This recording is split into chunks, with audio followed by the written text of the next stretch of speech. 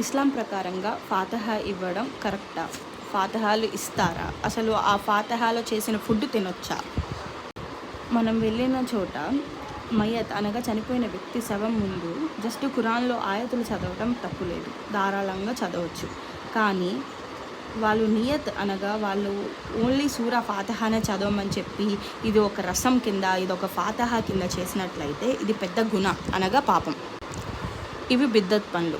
ఇప్పుడు ఫాతిహా చేసిన ఆహారం గురించి మాట్లాడుతున్నాం. ఫాతిహా చేసి చదివి ఆ ఫుడ్ మీద ఊది అది పంచుతారు కదా, అది బిద్దత్ అనమాట. భోజనం అంటే ఫ్రీ ఫుడ్ అనేసరికి అందరూ తీసుకుంటారు, అందరూ వస్తారు తినడానికి. షరియత్ ప్రకారంగా చూసుకున్నట్టయితే ఆహారం హరాం కాదు. ఫాతిహా అంటే ఖురాన్లో ఆయత్ చదవడం కాబట్టి ఆ ఫుడ్ తినొచ్చు.